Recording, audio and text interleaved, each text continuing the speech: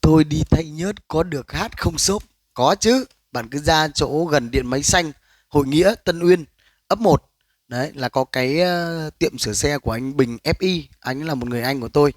Thì anh em chơi với nhau cũng được mấy năm rồi. Thì tôi hay dạy ở gần đó, và cứ mỗi một buổi chiều thì tôi hay ra đó rồi tôi ngồi uống nước chè. Thì bảo thôi bây giờ thấy cũng uống nước chè chán rồi, bỏ đàn tới đánh, thì không ngờ lại viral như thế.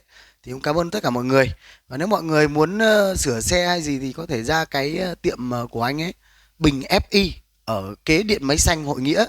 Đấy, sát luôn, sát bên cạnh luôn. Đó, thì ra đấy mình sẽ đánh cho các bạn nghe bài nhá. Đấy, hoặc là hát ho các thứ các bạn có thể yêu cầu. Nhưng mà tôi thì thường thường là khoảng độ thứ hai và thứ ba, chiều thứ hai thứ ba tầm khoảng độ 4 đến 5 giờ tôi có mặt ở đấy. Đó. Ok nha anh em. Bây giờ nghe thử bài.